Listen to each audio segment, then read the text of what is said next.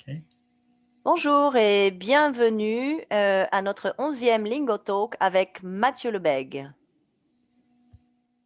Bonjour à tous. Éloi, je te donne la parole. Merci Alexandrine. Bonjour à tous. Mathieu, de nouveau, sois le bienvenu parmi nous. Euh, on est très très content et très excité de t'accueillir pour ce 11e Lingo Talk.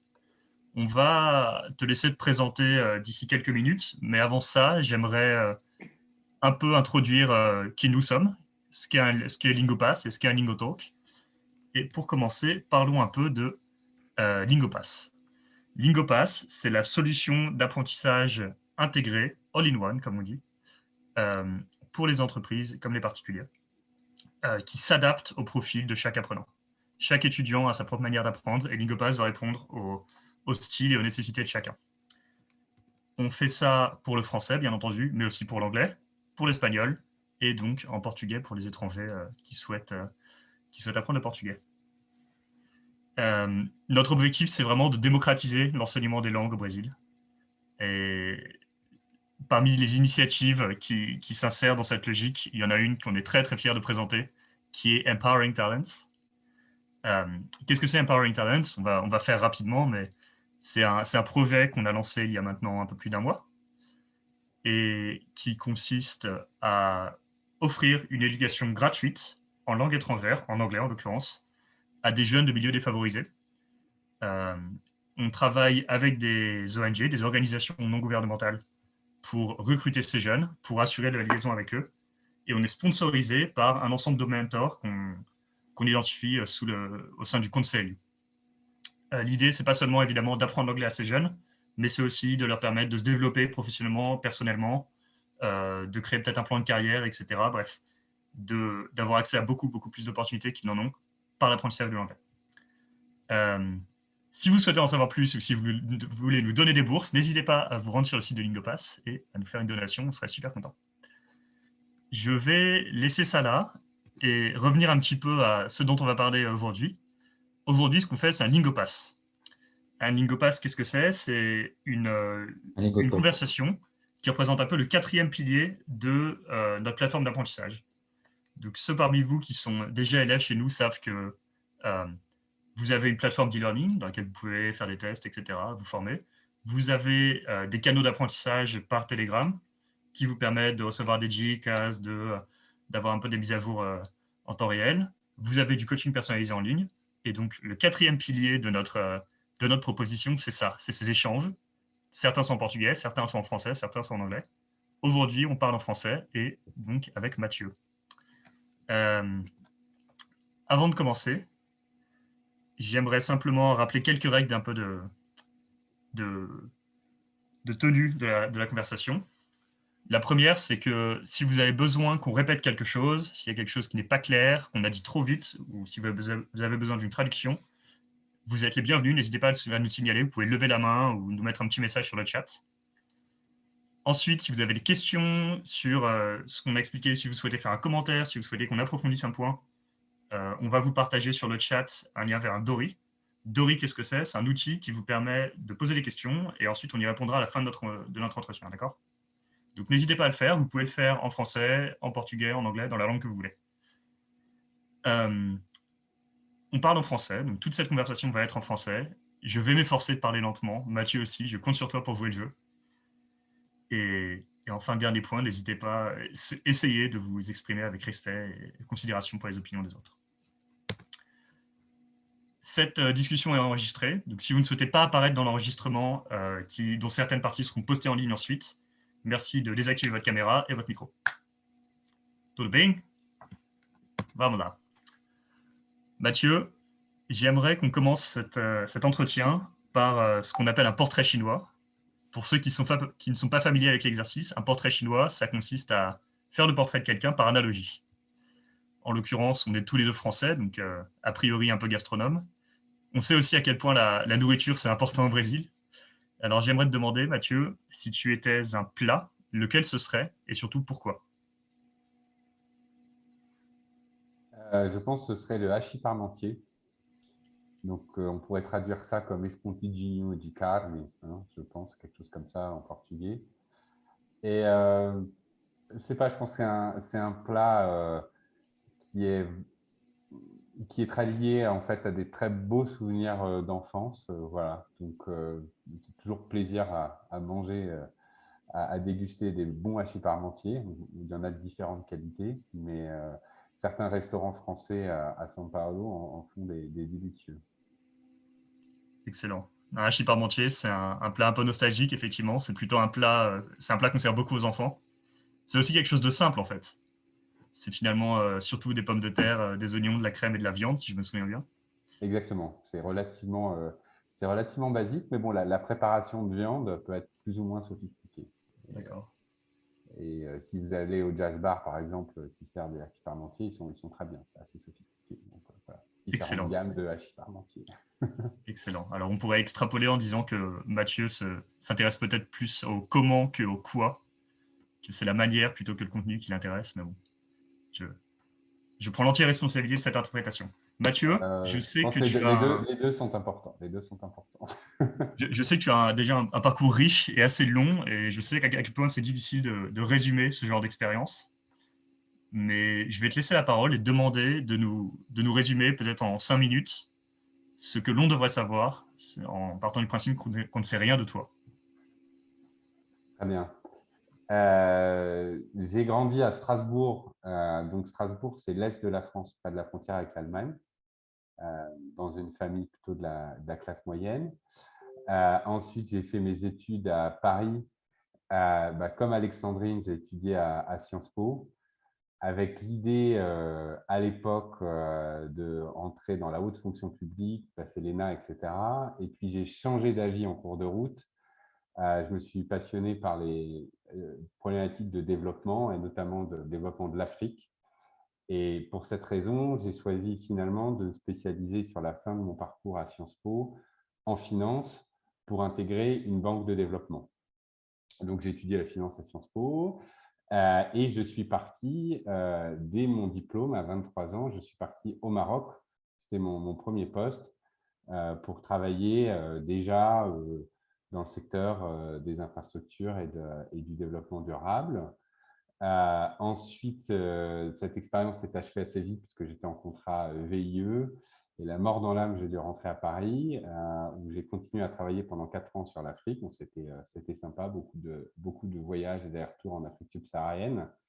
Jusqu'à ce que, un peu par hasard, je devais partir à Johannesburg et puis en fait, le groupe a décidé de m'envoyer au Brésil. Donc, je ne connaissais rien du Brésil et je me suis dit, pourquoi pas bingo. Ça a été un challenge parce que bon, j'ai dû apprendre à parler portugais assez vite. C'était pour être directeur adjoint de mon entreprise sur l'Amérique du Sud. Donc, je travaillais à l'époque pour ProParco. ProParco, qui est la filiale dédiée au secteur privé de la Banque française de développement, qui s'appelle l'Agence française de développement.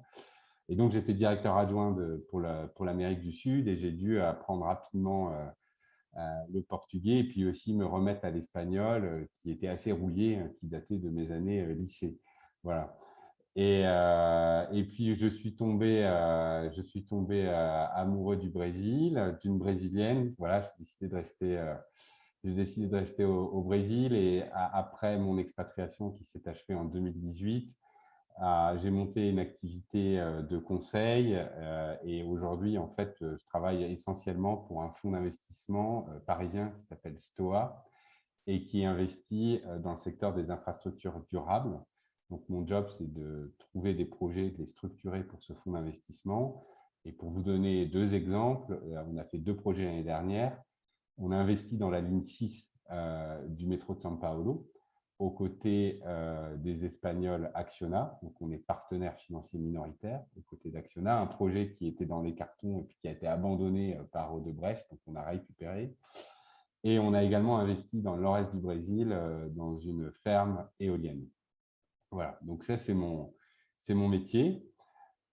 Et en parallèle de ça, j'ai un engagement politique. Je me suis engagé quasiment pour la première fois lors du lancement d'En Marche. Donc, En Marche, c'est le mouvement qui a été créé par Emmanuel Macron, le président actuel de la France, quand il était encore ministre des Finances du président socialiste Hollande. Et il a lancé ce parti comme rampe de lancement finalement pour ses ambitions présidentielles, avec un programme extrêmement attrayant, enfin, qui en tout cas moi à l'époque me parlait, qui était de transcender les clivages. Et puis dans le fond des idées, c'était un programme à la fois très pro-européen et puis social-libéral. Donc donner plus de liberté dans la société, mais aussi essayer de mieux protéger ceux qui en avaient le plus besoin. Donc je me suis tout à fait retrouvé dans ces idées. Et avec d'autres, et notamment Alexandrine qui est là, on a lancé le mouvement En Marche à la fin de l'année 2016 sur le Brésil. Voilà, et puis j'ai aussi participé ensuite, donc j'ai participé très activement aux campagnes présidentielles, aux campagnes législatives. Et dans le prolongement de cet engagement, j'ai décidé, et donc je crois que c'est vraiment l'objet du call, on y arrive, j'ai décidé de présenter ma candidature là pour ce scrutin du mois de mai qui a commencé aujourd'hui pour le poste de conseiller des Français de l'étranger, donc qui est l'équivalent, si vous voulez, quelque part d'un conseiller municipal en France. C'est un élu local dont le rôle, on va y revenir, mais de relayer les préoccupations au niveau local de nos concitoyens, des Français et des binationaux qui résident à São Paulo et dans tous les États du sud du Brésil jusqu'à l'Argentine. Voilà pour la présentation. Super. On va reparler très vite de cette élection et notamment du rôle du Conseil des Français de l'étranger. Mais avant d'en parler, j'aurais voulu que tu nous expliques peut-être un peu ce qui t'a poussé à t'engager en politique. Est-ce que c'est quelque chose que tu as toujours souhaité faire? Est-ce que ça t'est venu un beau jour de 2016-2017 quand Emmanuel Macron a lancé son parti? Alors, pour répondre précisément et sincèrement, j'avais été engagé quand j'étais encore étudiant. J'avais fait un court tour à l'UMP, qui était à l'époque le parti de droite de Nicolas Sarkozy, pendant 2-3 mois. Ça ne m'avait pas du tout plu. Fin de l'expérience militante, mais je dirais que j'avais toujours maintenu un fort intérêt pour la chose publique, mais plus comme hobby, voilà, pour comprendre la marche du monde, on va dire. Et après, voilà, En Marche s'est lancé, j'ai beaucoup apprécié les rencontres que j'y ai faites, le projet qui était porté, et je me suis laissé en fait prendre au jeu. Donc non, c'était pas quelque chose que j'ai toujours voulu faire. C'est venu petit à petit au fur et à mesure de mes rencontres, d'un engagement d'abord en tant que, voilà, que simple militant, et puis je me suis dit voilà, pourquoi pas moi. Pourquoi pas toi? Est-ce que, est-ce que tu peux nous expliquer peut-être maintenant ce que fait le Conseil des Français de l'étranger? Tu as dit par exemple que ça devait un peu représenter les intérêts et peut-être les préoccupations des Français donc, qui habitent en Amérique latine, mais on a aussi des députés par exemple des Français de l'étranger en France. Donc quelle est la Ouais. différence enfin, en quoi Alors, consiste le job en fait? en quoi consiste le job? Donc, le conseiller des Français de l'étranger, c'est quelqu'un qui est élu au niveau d'un poste consulaire, donc qui est rattaché quelque part au consulat de São Paulo, pour le cas qui nous concerne, et dont le premier rôle, c'est la proximité, c'est-à-dire c'est relayer les préoccupations des résidents français au Brésil dans les domaines, alors d'abord dans les domaines administratifs, la paperasserie autour du consulat, visa et autres, mais aussi dans le domaine de l'éducation. On sait qu'il y a un lycée français à São Paulo, et dans le domaine de la santé, on pourrait y revenir, mais il y a beaucoup de problématiques de protection sociale qui se posent pour nos compatriotes ici au Brésil. Donc là, c'est un job assez traditionnel d'élu local, relayer les préoccupations, donner un coup de main quand il y a des difficultés qui se présentent pour nos concitoyens dans leur démarche. Et enfin, plus formellement, siéger dans une instance qui s'appelle le Conseil consulaire, qui réunit le personnel diplomatique et les élus, les conseillers des Français de l'étranger, et qui se prononce notamment sur l'attribution des bourses scolaires, qui est un sujet éminemment important pour les familles qui souhaitent accéder à l'enseignement français au Brésil, et également sur certaines aides sociales. Le gouvernement français, par exemple, a débloqué une enveloppe totale dans le cadre de la crise Covid de 50 millions d'euros sur l'ensemble des consulats dans le monde pour aider nos concitoyens qui se retrouvaient en difficulté économique du fait de la pandémie. Donc, ça, c'est le rôle, voilà, le premier rôle, celui de proximité. Ensuite, deuxième rôle, très important à mon sens et qui jusqu'à maintenant n'a pas été suffisamment porté par les élus sortants, c'est un rôle d'impulsion. C'est-à-dire que le conseiller, comme son nom l'indique, conseille, il n'a pas beaucoup de pouvoir, mais il peut faire bouger les choses à la marge parce qu'il est en contact avec les décideurs. Donc, les décideurs, c'est qui? C'est le consul, l'ambassadeur, les autorités diplomatiques sur place, mais il est également en contact à Paris avec les ministères, certains ministres, et puis les parlementaires des Français de l'étranger. Et donc, il peut porter un certain nombre de projets et d'idées. C'est ce que ma liste a l'ambition de faire, et on reviendra peut-être plus tard sur les projets. Mais voilà, donc c'est en deuxième fonction, voilà, c'est essayer de porter un certain nombre de transformations sur des sujets du quotidien, donc éducation, santé, citoyenneté, démarche administrative. Voilà. Pour répondre à ta question de façon complète, donc c'est les conseillers des Français de l'étranger, c'est le premier niveau de représentation, comme pourraient avoir les Français en France avec un conseiller municipal.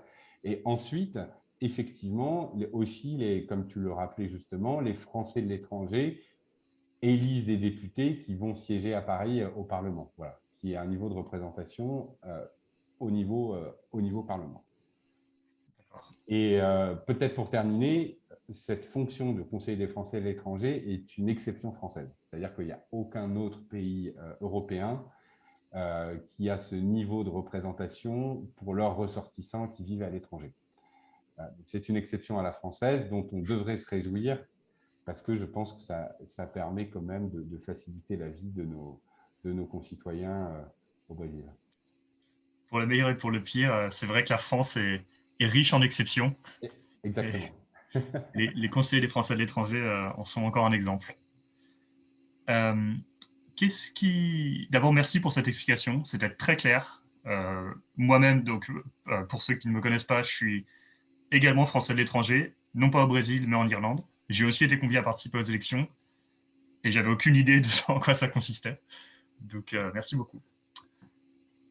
D'après toi, Mathieu, quelles devraient être les priorités du Conseil des Français de l'étranger à São Paulo?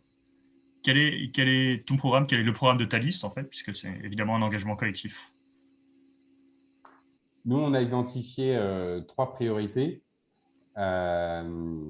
D'abord, en termes de stratégie vaccinale, s'assurer que le Coronavac, qui est le vaccin qui va être dispensé au Brésil, notamment pour les Français, la vaccination a commencé et nos aînés, les classes d'âge les plus âgées, ont déjà pu bénéficier de ce vaccin, que ce vaccin soit reconnu dans le cadre de la mise en place du passeport sanitaire européen, de telle sorte que les Français du Brésil puissent voyager en Europe. Donc ça, c'est un chantier immédiat et relativement important.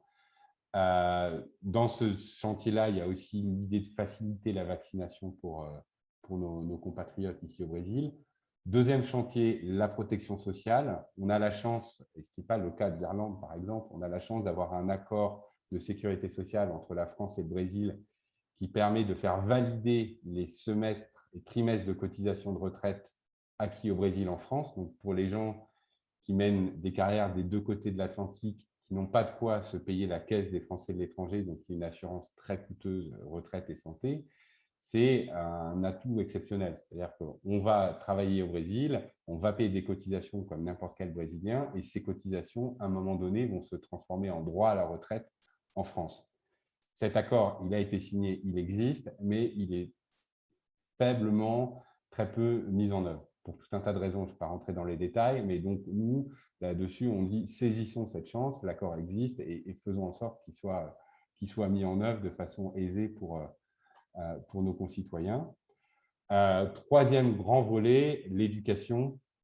On pourra peut-être y revenir, mais il y a différents chantiers. Il y a s'assurer que le projet de grand lycée Pasteur, donc le lycée Pasteur, c'est le lycée français de São Paulo, il y a un projet de transformation à l'œuvre et il convient de s'assurer que ce soit fait dans le cadre d'un projet pédagogique pertinent et qui ne remette pas notamment en cause la qualité de l'enseignement. On pourra y revenir si vous le souhaitez. Et puis, deuxième point sur ce volet éducation, favoriser pour les familles, qu'elles soient françaises ou binationales, qui ne souhaitent pas forcément mettre leurs enfants au lycée français, favoriser des dispositifs associatifs.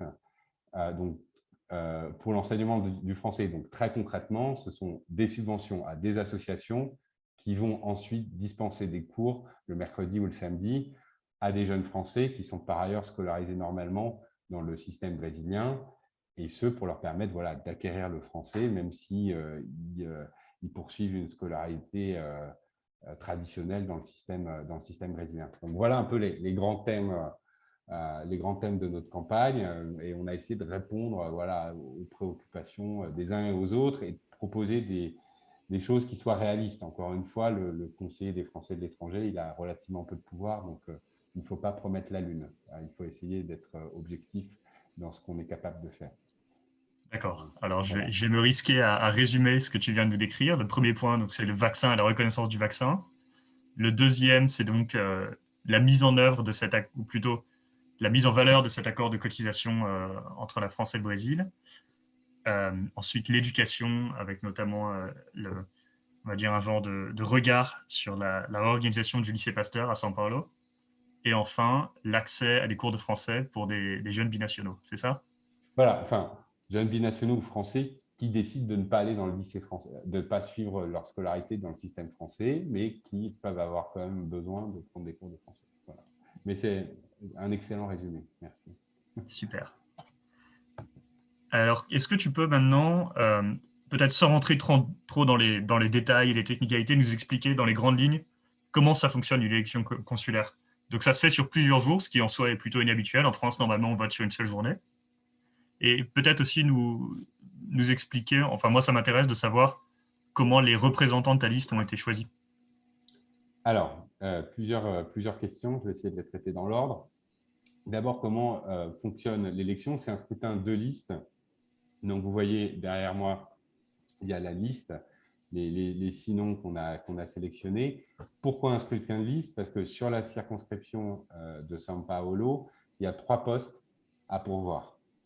Et donc, l'idée, c'est que les gens votent pour les listes, et les listes qui ramènent le plus de suffrages sont celles qui vont pouvoir désigner un candidat, enfin un élu, voire 2 élus. C'est-à-dire que concrètement, si nous, on fait 60-70% des voix, ce qui n'arrivera pas, je vous rassure, je serai élu et ma seconde de liste également. Si en revanche, on fait autour de 15-20% des voix, sachant qu'il y a 6 listes en concurrence, on devrait a priori faire un élu. Donc ça, c'est pour l'organisation, enfin le système, qui est un système de liste scrutin, on dit dans le contexte français, on appelle ça scrutin de liste à la proportionnelle. Ça existe aussi au Brésil et c'est assez proche. Ensuite, pour les modalités de vote, on a un vote à l'urne samedi prochain, le 29 mai, et effectivement, en plus de ça, un vote sur Internet qui a commencé aujourd'hui avec un portail de vote et qui va s'achever. Le portail va être fermé mardi 25 mai. Donc, les gens ont effectivement 5 jours pour aller voter, et donc il n'y a pas d'excuse pour ne pas voter, d'autant que ça prend, c'est une démarche qui va prendre 10 minutes à tout casser. Et il faut quand même être enregistré sur la liste des Français de l'étranger. Voilà, alors effectivement, il y a un préalable, c'est qu'il faut être inscrit sur le registre des Français de l'étranger, il faut être inscrit au consulat. Et donc, nous, dans le cadre de notre campagne, on avait essayé de faire une campagne d'inscription sur les listes, parce qu'il faut savoir que il y a à peu près 20 000 Français qui sont enregistrés au Brésil, un peu moins maintenant, je crois, c'est autour de 18 000, mais il y a probablement le double qui réside réellement. Donc, on a plein de compatriotes qui ne sont pas enregistrés, et donc qui peuvent ensuite, quand les scrutins arrivent, évidemment, ils ne peuvent pas voter, ce qui est dommage. Super. Je vais laisser de côté un petit peu le sujet de l'élection, en tout cas pour l'instant. J'ai une question qui a peut-être plus à voir avec beaucoup des gens qui participent à cette réunion aujourd'hui, puisque je vois que beaucoup d'entre vous sont brésiliens. Je m'interroge, moi, en tant qu'expatrié, sur le rôle de ces communautés françaises qu'on voit dans d'autres pays. Comment est-ce que toi, en particulier au Brésil, tu considères le rôle des Français établis au Brésil vis-à-vis plus largement de la population brésilienne? Je pense que les Français qui viennent au Brésil, alors oui, il y a évidemment il y a différentes catégories. Il y a des gens qui arrivent pour des raisons purement professionnelles en tant qu'expatriés, qui passent quelque temps et puis qui repartent. Puis il y a ceux qui viennent quelque part pour s'installer pour une phase de vie beaucoup plus longue. Généralement, ils y développent des attaches personnelles. Et je pense qu'eux-mêmes ne voient pas forcément en quoi ils ont un rôle particulier. Mais la réalité, c'est qu'effectivement, ils apportent dans leur métier, dans leurs activités professionnelles, ils apportent une pratique, un savoir-faire français qui, dans certains secteurs, est le bienvenu. On pense évidemment en premier lieu à notre gastronomie. Voilà, il y a un certain nombre de restaurants français au Brésil qui font le bonheur des Brésiliens et des Paolistanais. Sur un secteur plus industriel, plus économique, on a des groupes français qui ont développé leur expertise, notamment dans le domaine des énergies renouvelables. On a aussi quelques artistes. Hein. Moi, j'ai des amis qui chantent à São Paulo avec succès, que ce soit en français ou en portugais. Donc, voilà, je pense que ça contribue à la richesse de ce pays formidable qu'est le Brésil. Et je me permets de rebondir sur ta question. Il y a aussi une dimension, il y a la dimension inverse, c'est-à-dire en quoi ces Français installés au Brésil représentent la France et aident la France à rayonner. Et moi, je dis souvent, les Français de l'étranger, c'est des ambassadeurs de France au quotidien. Alors, ils ne le savent pas, ils n'en sont pas forcément conscients, mais le fait est qu'ils contribuent par leur travail, leurs activités, à faire rayonner notre pays et je trouve de façon tout à fait formidable parce que voilà, on a des Français dans tous les domaines, je l'évoquais à l'instant, qui réussissent au Brésil et qui, je pense, font honneur à la France. Voilà. Super. On espère donc faire un bon travail de représentant et d'ambassadeur de la République française à l'étranger. J'ai une dernière question qui a plus à voir avec ton parcours personnel, Mathieu, mais qui, moi, ça m'a un peu interpellé, disons, parce qu'évidemment, je suis un peu allé voir qui tu étais avant de te rencontrer aujourd'hui. Tu l'as mentionné d'ailleurs, tu as mentionné le fait que tu avais travaillé par le passé dans les secteurs de l'énergie et de l'infrastructure. Et c'est des secteurs où, typiquement, les enjeux sont énormes, en particulier pour un pays comme le Brésil, avec une économie en développement, un territoire immense, beaucoup de ressources naturelles, etc. Et le Brésil en particulier a été touché par malheureusement plusieurs scandales de corruption qui impliquaient des entreprises du secteur de l'énergie et des infrastructures.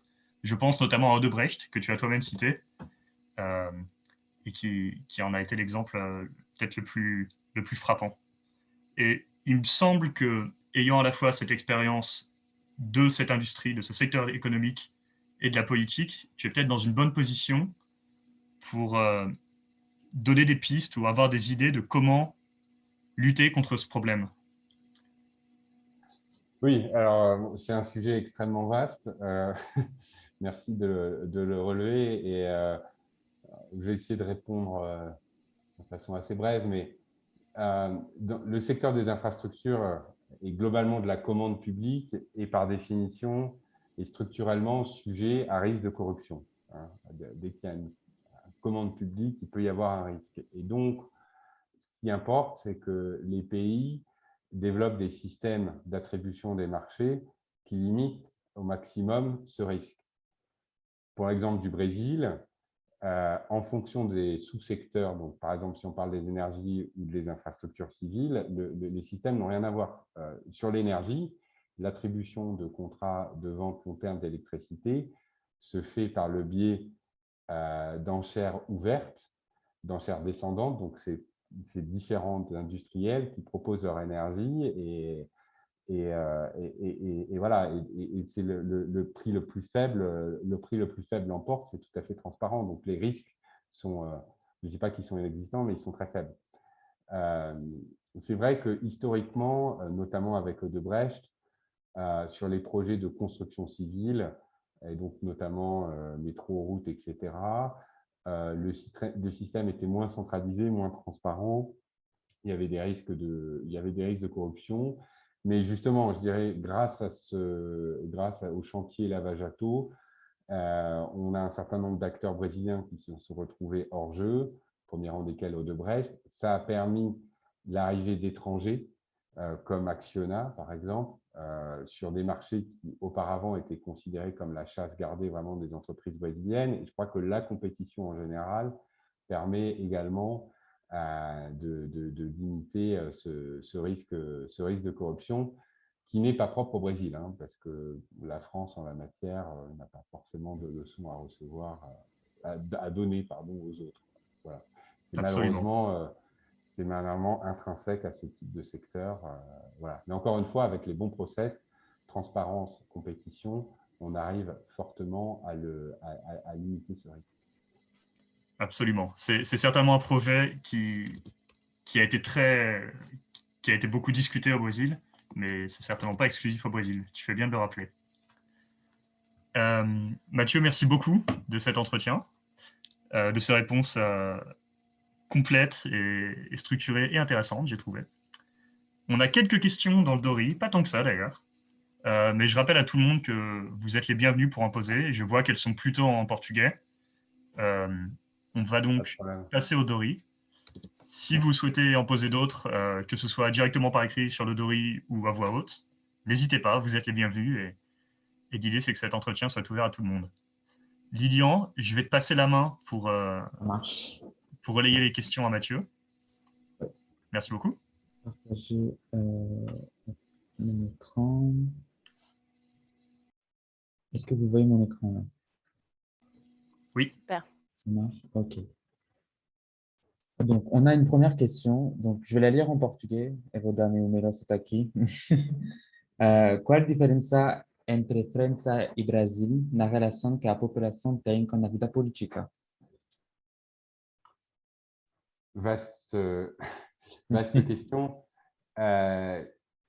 Je dirais que, et ça ne ferait pas forcément honneur à mes compatriotes, mais les Français sont un peu des enfants gâtés.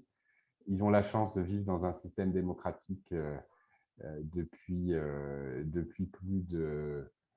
Ça dépend comment on compte, mais au moins depuis plus d'un siècle, depuis 150, 160 ans, à part l'épisode de la Seconde Guerre mondiale.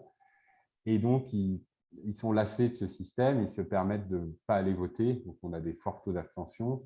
Et je crois qu'à l'inverse, la population brésilienne est ravie des droits démocratiques qu'elle a retrouvés à la fin des années 80. Alors certes, le vote aussi est obligatoire au Brésil, donc ça explique que les taux de participation sont plus élevés, mais je pense que voilà, on a quand même un enthousiasme pour la chose démocratique au Brésil, alors qu'en France, malheureusement, c'est le rejet de la chose publique qui domine. Et ça s'explique par peut-être l'échec de nos politiques en France. Je ne parle pas de Macron, mais de ses prédécesseurs. Voilà. Mais donc, on est là-dessus, sur cette différence de perception et qui est liée à la maturité, je pense, démocratique des pays. Oui, c'est vrai, oui. Je suis d'accord avec toi, vraiment. Une autre question. O que motivou o seu engajamento para o Partido En Marche? E o que fundamentalmente são seus valores que te atraem nesse partido? Donc moi, j'ai rappelé rapidement en introduction, et c'était vraiment un engagement européen clairement assumé. L'idée de libéraliser un certain nombre de systèmes, de secteurs qui n'allaient pas en France, au premier rang desquels le marché du travail, par exemple, mais d'essayer de casser les rigidités de la société française, tout en ayant une préoccupation sociale forte et d'apporter voilà, des nouvelles protections aux Français qui en avaient le plus besoin. Donc, c'était un équilibre global dans un contexte, enfin, dans un cadre pro-européen qui me convenait tout à fait. Voilà. Ok, super.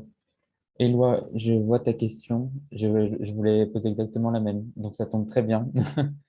Euh, donc, Éloi demande si le vote au voto debería ser obligatorio, en su opinion. Est-ce que le vote devrait être obligatoire en France? Ou même au Brésil, là, pour les Français vivant à l'étranger. C'est une question difficile. J'avoue Mhm. que je n'y avais pas réfléchi.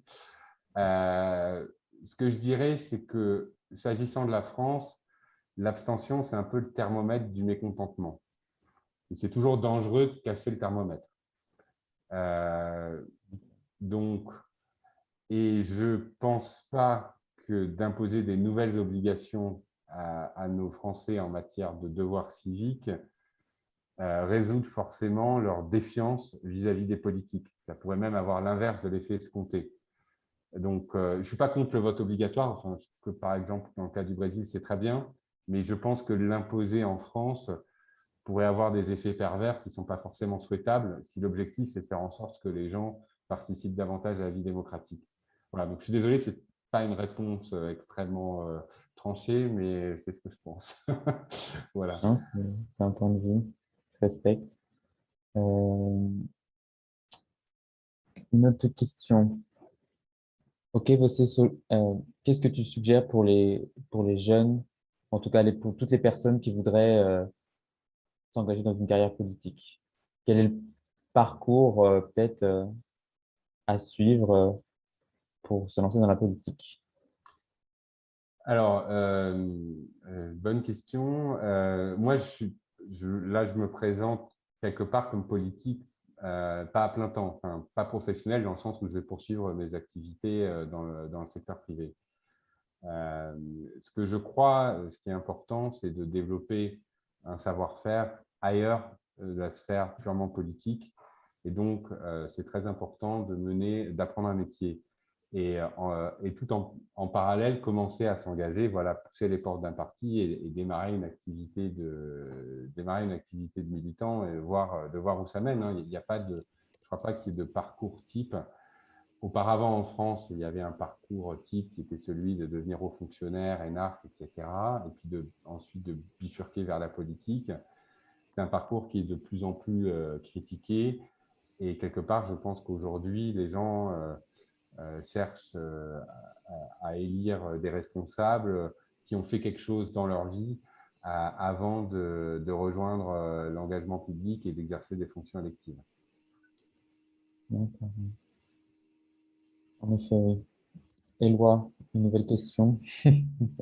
Encore moi. Est-ce que tu veux la lire? Est-ce que tu me laisses, Oh, bio. Je vais la lire. Ce sera peut-être plus je te simple. laisse la main sur celle-là. Euh, je m'interrogeais sur les relations entre la France et le Brésil. Ces derniers mois, ces dernières années, c'est devenu un petit peu tendu sur des questions comme la déforestation, entre autres. Est-ce que tu vois, toi, des opportunités pour les deux pays de se rapprocher, peut-être des thèmes sur lesquels la France et le Brésil pourraient converger? Oui, alors, bonne question. Effectivement, il y a eu, on ne va pas rentrer dans le détail et revenir dessus, mais il y a eu quelques petites altercations entre nos deux présidents respectifs. Je pense que quand notre président Macron a parlé de de la forêt amazonienne en disant c'est notre forêt, dans le sens c'est la forêt de l'humanité parce qu'elle joue le rôle de poumon mondial, ça a été très mal interprété malheureusement par nos amis brésiliens qui ont vu un relent de colonialisme. Et bon, voilà, je pense que les diplomates n'ont peut-être pas forcément très bien fait leur boulot pour expliquer ce qu'il y avait derrière la déclaration de Macron, qui n'avait aucun relent colonial. Mais je referme la parenthèse. Donc, il y a eu cet épisode malheureux, suivi du coiffeur et du refus de rendez-vous avec M. Le Drian, des Affaires étrangères. Mais au-delà de ça, qui, à mon sens, sont que des péripéties, on a en réalité deux administrations en fonction publique qui travaillent main dans la main sur tout un tas de sujets. Il y a une coopération notamment militaire entre la France et le Brésil, vous le savez, qui n'a pas du tout été remis en cause. Au point de vue économique, la France est le premier employeur privé du pays. Il y a près de 500 000 Brésiliens qui travaillent dans des entreprises françaises. Alors, c'est principalement lié au fait que les Français sont très présents dans le secteur de la grande distribution, mais également voilà, dans les métiers de l'environnement, que ce soit l'eau et l'assainissement, l'énergie, il y a aussi de grands groupes français qui travaillent. Donc, en réalité, c'est deux pays qui sont très proches, avec des leaders qui n'ont pas encore trouvé, on va dire, le terrain d'entente. Mais je suis persuadé qu'à la faveur d'une alternance politique, les choses reviendront dans l'ordre très rapidement. Voilà. Et on le souhaite, en tout cas. Moi, je souhaite... J'ai une question. J'ai mis mon t-shirt Sciences Po aujourd'hui. Je préside l'association des anciens au Brésil, enfin le chapter Brésil des Sciences Po. Et la question que je me pose, parce que c'est une question que se posent beaucoup de nos élèves, c'est qu'est-ce que tu as appris à Sciences Po qui t'a aidé dans ce choix que tu as fait de t'engager politiquement? Je sais pas. Moi j'ai adoré à Sciences Po les cours d'histoire, et donc voilà, c'était un intérêt intellectuel que j'ai poussé pendant mes études à Sciences Po, et donc je pense que au-delà de l'intérêt pour l'histoire politique de mon pays, voilà, j'ai reçu à Sciences Po une formation assez générale sur tout un tas de problématiques, notamment problématiques économiques, mais aussi sociales, de la philosophie politique, et je pense que ça fait un bagage assez conséquent qui fait qu'ensuite on est très sensible en fait à la chose publique et la façon dont l'État et les politiques organisent la vie de la cité. Sensationnel, comme on dit en portugais. On a pas mal de personnes aquí présentes. Nous vous laissons la parole, Andrea, Clara, Emily, Fabricio, Henrique, Luciana, Mariana, Olavo, Sofia, Victoria. La parole est à vous. Profitez, vous avez ici un Français qui habite depuis longtemps au Brésil, donc qui a une bonne vision comparative.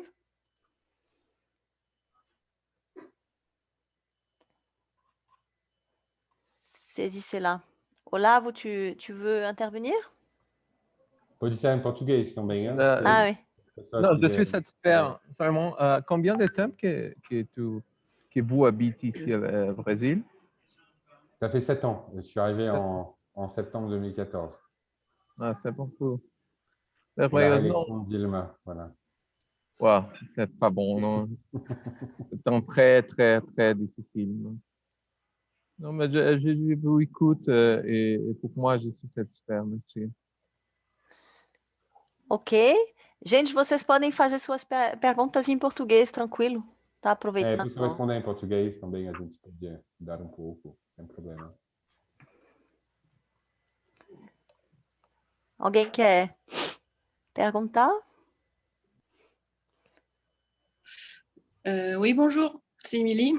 Je vais mettre la vidéo. Voilà. Moi, j'avais une question par rapport au projet du Grand Lycée. Ce serait quoi exactement, cet axe?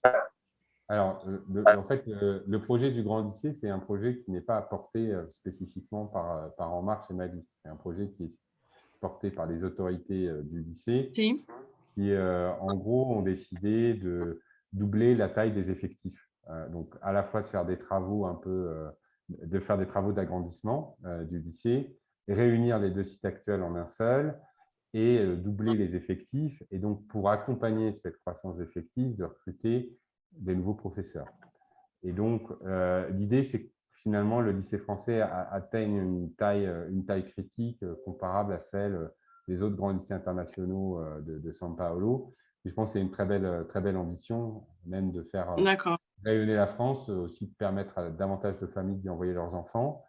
Et nous, simplement, ce qu'on dit chez En Marche, c'est qu'il faut être prudent sur le rythme de croissance. Ce n'est pas simple de recruter des bons enseignants. Non. Voilà, on parle pas, c'est pas une activité d'une entreprise privée traditionnelle qui va conquérir de nouveaux marchés. Il faut être très, très exigeant sur la qualité des recrutements. Et il faut faire aussi en sorte, une des spécificités du lycée Pasteur, c'est qu'il est accessible financièrement, dans le sens où il est moins cher, significativement moins cher que d'autres lycées privés. On est autour de 3500, 4000 reais par mois et par élève. C'est significativement moins que d'autres lycées privés de la capitale. Et on souhaite maintenir cette exception française. C'est-à-dire qu'il ne faut pas non plus le projet d'agrandissement se traduise par des hausses de frais de scolarité. Voilà. Donc, c'est un projet sur lequel voilà, on a plutôt envie d'apporter notre pierre à l'édifice, de contribuer, mais c'est un projet qui a été lancé déjà il y a quelques années. Voilà, oui, je sais, mon fils est au lycée. Moi, j'ai un peu peur justement de cet agrandissement-là. Bon, je ne sais pas si c'est vraiment le lieu d'en parler ici, mais j'ai un peu peur de cet agrandissement, de ne pas avoir justement cette qualité d'enseignement suivi. C'est la question que je pose. C'est ce que j'ai déclaré dans une interview au Petit Journal. Ça m'a valu les foudres de certaines personnes. Mais donc, c'est l'exigence que En Marche pose et on est la seule liste à poser le problème. Les autres, certaines listes en tout cas, certains de mes concurrents trouvent que ce projet est génial sans essayer d'avoir un regard un peu critique et constructif. Il s'agit certainement pas de dire que ce n'est pas bien. Et il s'agit d'avoir un regard constructif et critique. Voilà. Et je pense que dans l'intérêt de tous. Hein, voilà. D'accord. Merci bien.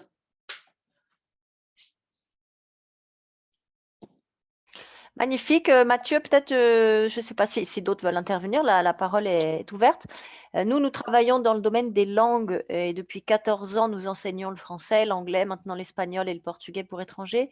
Qu'est-ce qui est prévu pour l'enseignement du français? Parce que l'institution française connue, c'est l'Alliance française, mais le gouvernement avait aussi valorisé des initiatives plus locales.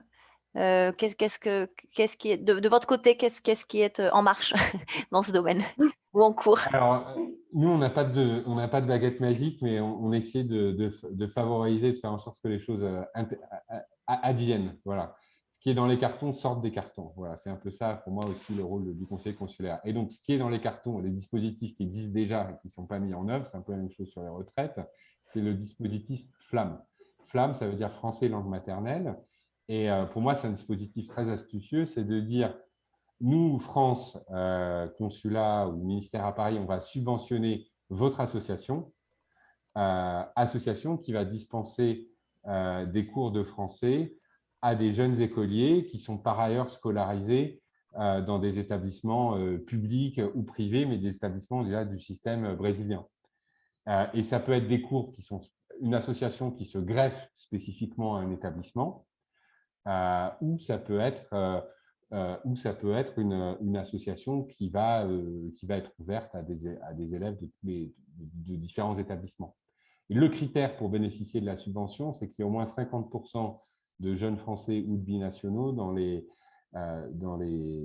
élèves, enfin ceux qui reçoivent les cours. Et ça, c'est un dispositif complémentaire très intéressant. Il n'y a que 2 associations au Brésil qui travaillent de cette façon-là, une à Recife et une à Curitiba. Et ce qu'on pense, c'est qu'au niveau de la capitale de São Paulo, en particulier dans une capitale qui est quand même immense avec des problèmes de congestion, etc., avoir qu'un seul pôle pour l'enseignement français autour du lycée français, c'est insuffisant.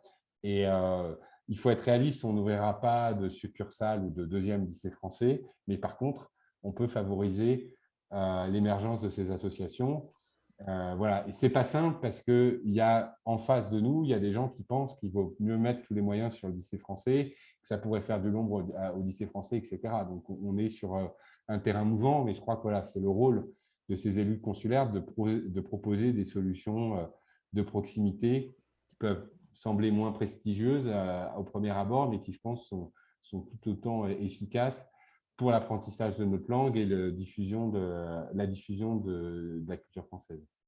D'autant qu'en fait, beaucoup de Français qui habitaient à São Paulo, dans la capitale, sont aussi partis s'installer dans des petites villes où il n'y a pas forcément d'établissement ou bilingue ou français, ouais. ni d'alliance française. Alors, 2 questions. Qu'en est-il de l'enseignement donc là, je parle du français. Oui, pour bénéficier pour pouvoir intégrer ce programme, il faut nécessairement être une association, dans le sens français du terme, ou ça peut être une institution privée, comme nous. Nous, on est une entreprise, on n'est pas une association. Ou tu ne sais pas, mais… Écoute, je pense que il y a, en fait, donc c'est des personnes morales de droit brésilien qui sont Ouais. éligibles, pessoa jurídica. Je répondrai à ta question. C'est conçu pour des associations, mais je pense que des entreprises qui développent des cours en français pourraient être éligibles sous réserve que les cours en question, enfin que peut-être que la subvention soit bien fléchée. Je pense qu'il y a un travail de fléchage des fonds du coup à faire. Voilà, on demande une subvention et c'est pour faire des cours en français. C'est pas fait pour subventionner les autres activités de Ouais. l'entreprise. Je Non, pense que parfait. ça pourrait, Ça, c'est ouais. intéressant. Nous, on a une école entière de français en ligne, ça s'appelle Curso de Français Online. Et on forme d'ailleurs pas que des Brésiliens, aussi des Français et des Brésiliens qui sont en France. Parce que l'avantage, c'est que c'est en ligne. Donc, en fait, on peut atteindre tout le Brésil. C'est très, ouais, je pense qu'effectivement, c'est l'autre volet de l'enseignement, c'est qu'au-delà de ces outils de proximité, la pandémie l'a montré, Internet est un complément et le virtuel est un outil formidable aussi pour développer l'enseignement. OK, magnifique. Éloi, Lilian, je vous laisse conclure. Merci beaucoup. C'était très intéressant, très utile pour que nos élèves, nos anciens élèves et notre communauté puissent d'abord comprendre un peu mieux comment on s'organise politiquement, les enjeux et puis le rôle de ces conseillers. Et on vous souhaite de gagner. Merci en tout Exactement. cas pour cette invitation. C'était un échange riche. Merci de vous être intéressé au sujet, d'avoir posé des questions qui étaient toutes bien pertinentes, ma foi. Donc, merci à vous. E é isso, gente. Muito obrigado a todos. E tenham um ótimo final de semana. E para os franceses aqui, n'oubliez pas de voter.